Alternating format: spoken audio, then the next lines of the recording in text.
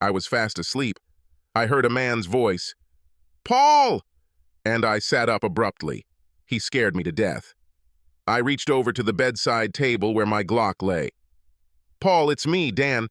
Sorry to wake you up like that, but we have an emergency." "Dan. Dan, who is Dan?" Dan Jenkins? He runs Doris's office here in town." "Dan, why the hell are you in my bedroom? I have a phone, I have a doorbell." I couldn't use the phone and didn't want to be seen at the door. "We have a really big problem, and we need to talk." "Dan, I only have one problem. Some idiot decided to wake me up. I looked at the alarm clock at 2:45 in the fucking morning. I regret it, but it could cost the senator his chance to become president. It's bigger than you or me. Dan, get out of my bedroom. Get out of my house. If you don't, I'll do one of the following. I'll shoot you and call 911, or I'll call 911 and tell you you're here to cover up some political blunder, or I'll just physically kick your ass. And let me explain why you were found beaten and bloody on my front lawn." He took a couple of steps back, which was a tactical mistake, allowing me to draw my gun. I pointed it at him. Hey, wait a minute, don't shoot." "Dan, last chance. Turn around and run to the door. I probably won't shoot. You have 60 seconds to get out. If you don't, I'll kill you and tell 911 that I shot an intruder. Since you will be dead, you will have no arguments." But this, 55, 54, 53. For some reason, Dan decided that my wife's potential political career was worth less than his life and made a hasty retreat. I wondered how long it would take him to call her team and how long it would take her team to call me. I was coming to my senses. You know the difference between being awake but drooling and being able to string two thoughts together. A damn inconvenient time to start the day, but I got up, went to the toilet, then showered, just quickly rinsed off. I was drying myself, and then my phone rang. "Yes," I said without emotion. "Paul, this is John Schmidt, Senator." "John, I'll interrupt because I don't want to talk to you or your assistant or the Deputy Secretary of the Interior or the President or anyone else.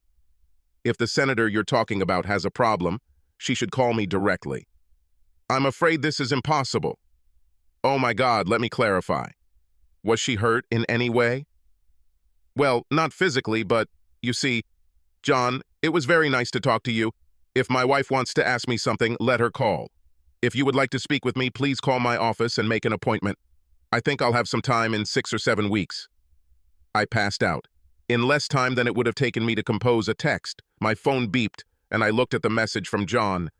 "Please do not allow the press to talk to you before you have spoken to the senator."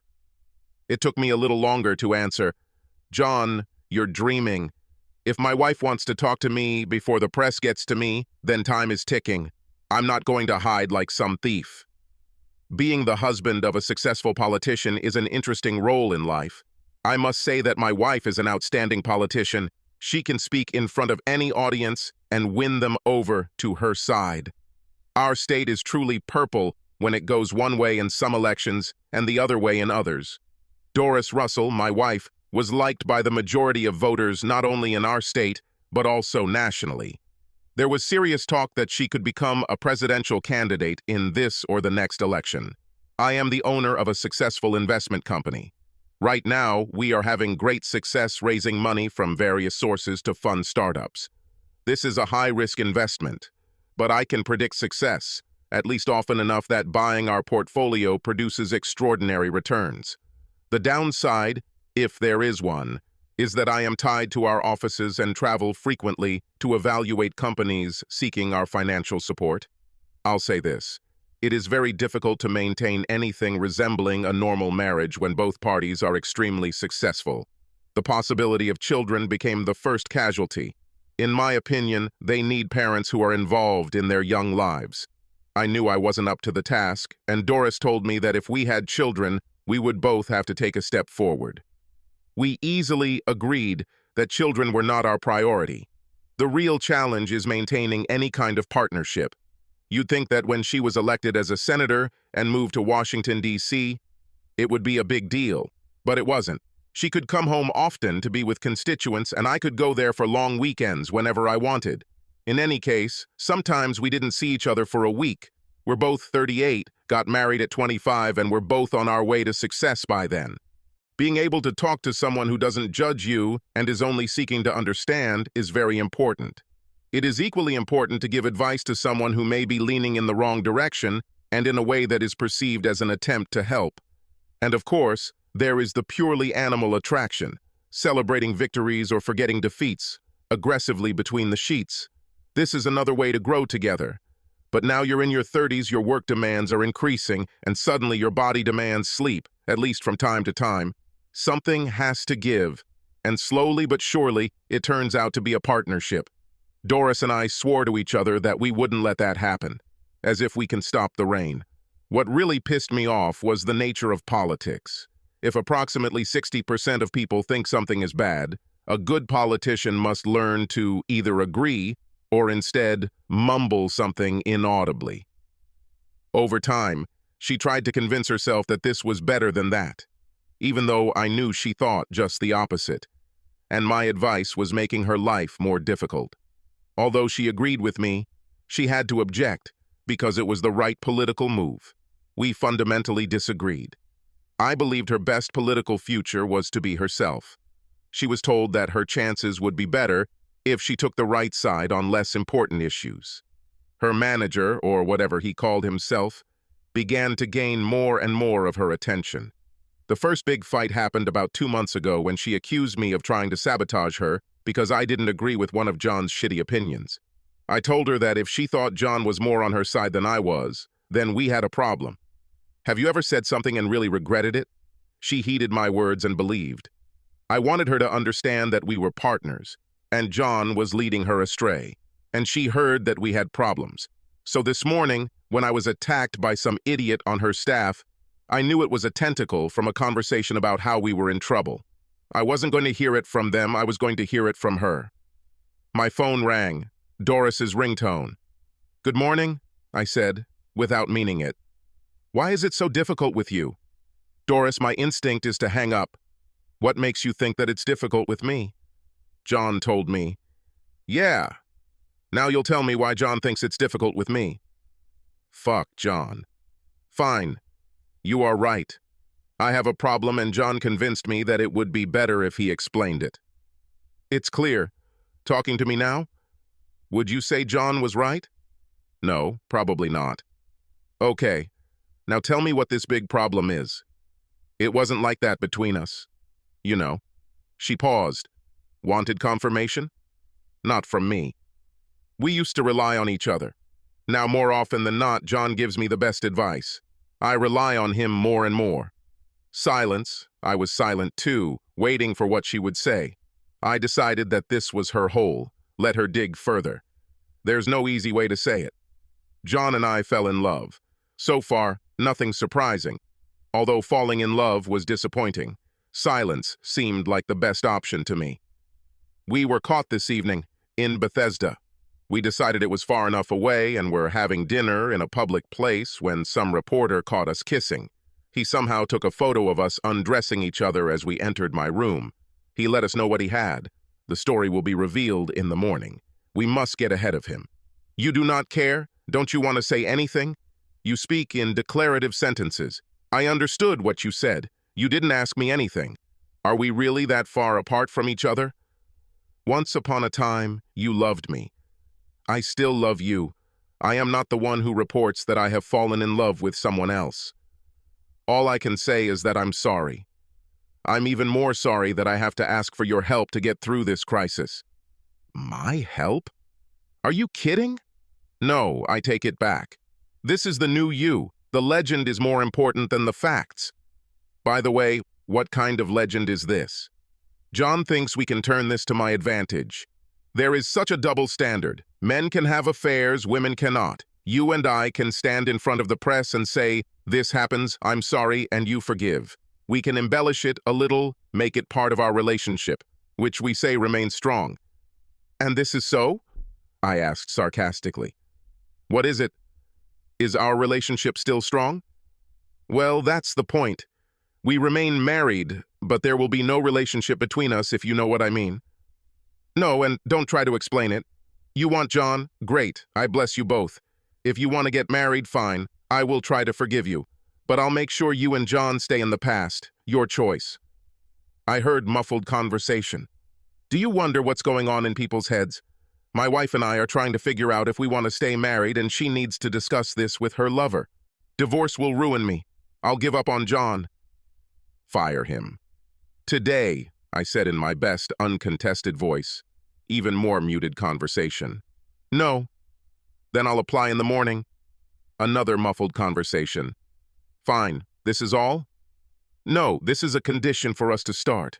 We're going to work with a psychologist and see if we can save our marriage. You are the one who lives in a world of political fantasy. If we want to be married, we will keep this in mind. If you can't do it, then accept the consequences. Her tone changed. I've always loved you. You are right. Living a lie will never work. I'm so sorry. Can you ever forgive me? Doris, I'll be honest with you. As always, I have my doubts. It's intoxicating, you know? Here together your name and the position of President of the United States. Muffled conversation again. Sorry, I asked John to leave. His strategies carried my name so far, I lost my head. I'm sorry. How long ago? Since we quarreled. I decided that being president was more important than being married. Obviously, one cannot be done without the other. This is a ringing confirmation. This is the best I can do now. Give me a chance. I convinced myself that everything was over between us, but it was wrong, and I knew it. John convinced me that I couldn't have the presidency and you, and he convinced me that I should actually let you go. As I said, these are his strategies. This is the delirium of a madman. As I told you from the very beginning, we talked a little.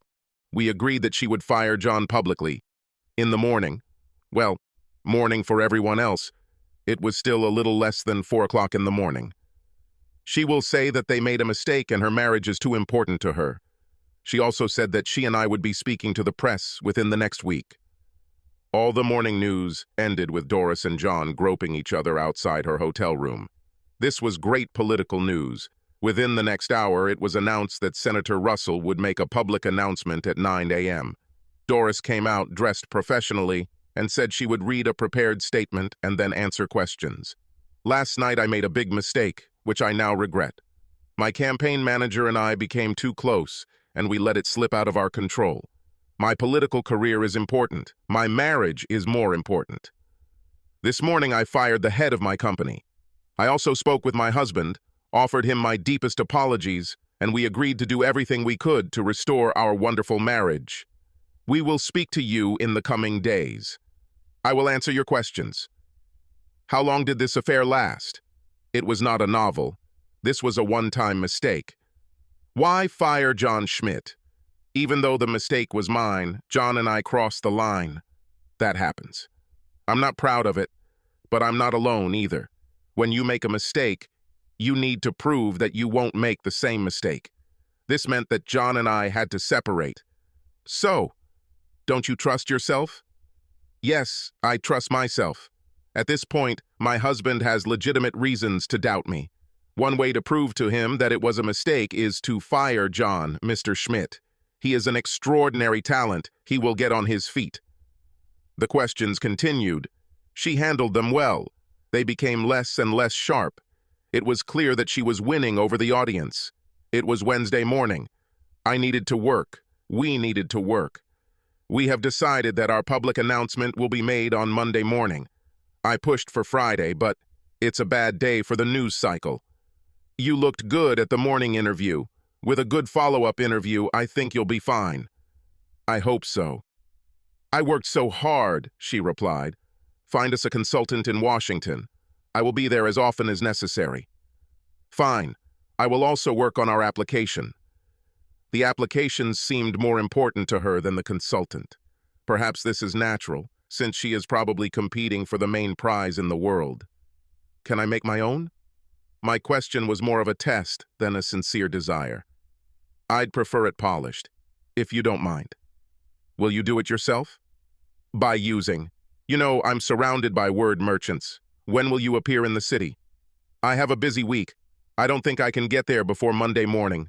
Why don't you schedule a press conference for noon? This will give me time to prepare. My independent work went as I expected. Monday came quickly. I flew to Washington on our company plane and arrived at 7 Salam. Doris's staff were already there to meet me. We quickly arrived at her apartment. We kissed at the door. "Oh, I love you so much," she said. "I love you even more," I returned. "Here's your script.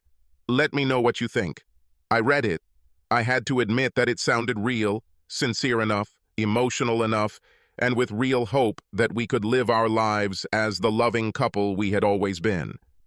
My remarks should have followed hers. "Good afternoon.